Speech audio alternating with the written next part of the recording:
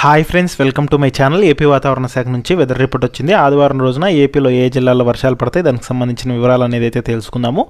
ఉపరితల ఆవర్తనం ద్రోణి ప్రభావంతో అయితే కనుక పలు జిల్లాల్లో వర్షాలు అయితే కురున్నాయి. సో వీడియోని అయితే చివరి వరకు చూడండి. వీడియోలోని ఇన్ఫర్మేషన్ నచ్చితే ఛానల్ని సబ్స్క్రైబ్ చేసుకోండి. మన ఛానల్లో ఏపీ వెదర్ అప్డేట్స్ అయితే కనుక డైలీ పోస్ట్ చేస్తుంటే అవన్నీ మీరు మిస్ కాకూడదంటే ఛానల్ని సబ్స్క్రైబ్ చేసుకొని రెగ్యులర్గా అయితే ఫాలో అవ్వండి. అలాగే మీ ఫ్రెండ్స్ అండ్ ఫ్యామిలీ మెంబర్స్కి మన వీడియోస్ని షేర్ చేసి నాకు సపోర్ట్ చేయండి. చాలామంది వీడియోస్ చూస్తున్నారు కానీ లైక్ చేయట్లేదు. మీరు ఎన్ని లైక్స్ చేస్తే నాకు అంత సపోర్టివ్గా ఉంటుంది. వీడియో కూడా ఎక్కువ మందికి అయితే చేరుతుందన్నమాట. ఇక లేట్ చేయకుండా టాపిక్లోకి వెళ్ళిపోదాము.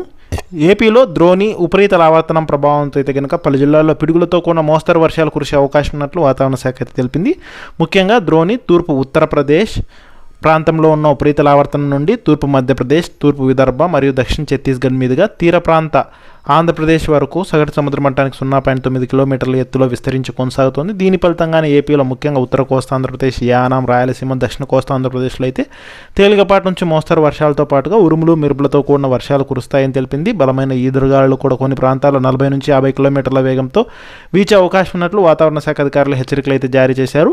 ముఖ్యంగా విదర్భ, ఛత్తీస్గఢ్ మీదుగా ఆంధ్రప్రదేశ్ తీర ప్రాంతం వరకు ద్రోణి విస్తరించి కొనసాగుతున్నట్లు ఏపీ విపత్తుల నిర్వహణ సంస్థ తెలిపింది.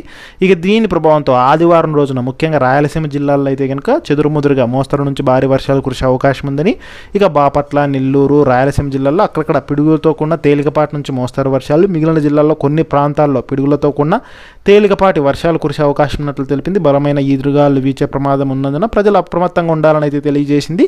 ఇక వీటితో పాటుగా చూసుకుంటే రాగల 3 గంటల్లో పలు జిల్లాల్లో పిడుగులతో కూడిన వర్షాలు కురుస్తాయని తెలిపింది. ముఖ్యంగా పార్వతీపురం, విజయనగరం, అల్లూరు సీతారామరాజు జిల్లాలకు రెడ్ అలర్ట్ని ఇచ్చింది. శ్రీకాకుళం జిల్లాకు ఆరెంజ్ అలర్టు, వీటితో పాటుగా విశాఖపట్నం, అనకాపల్లి, కాకినాడ జిల్లాలకు ఎల్లో అలర్ట్ని అయితే ఇచ్చింది.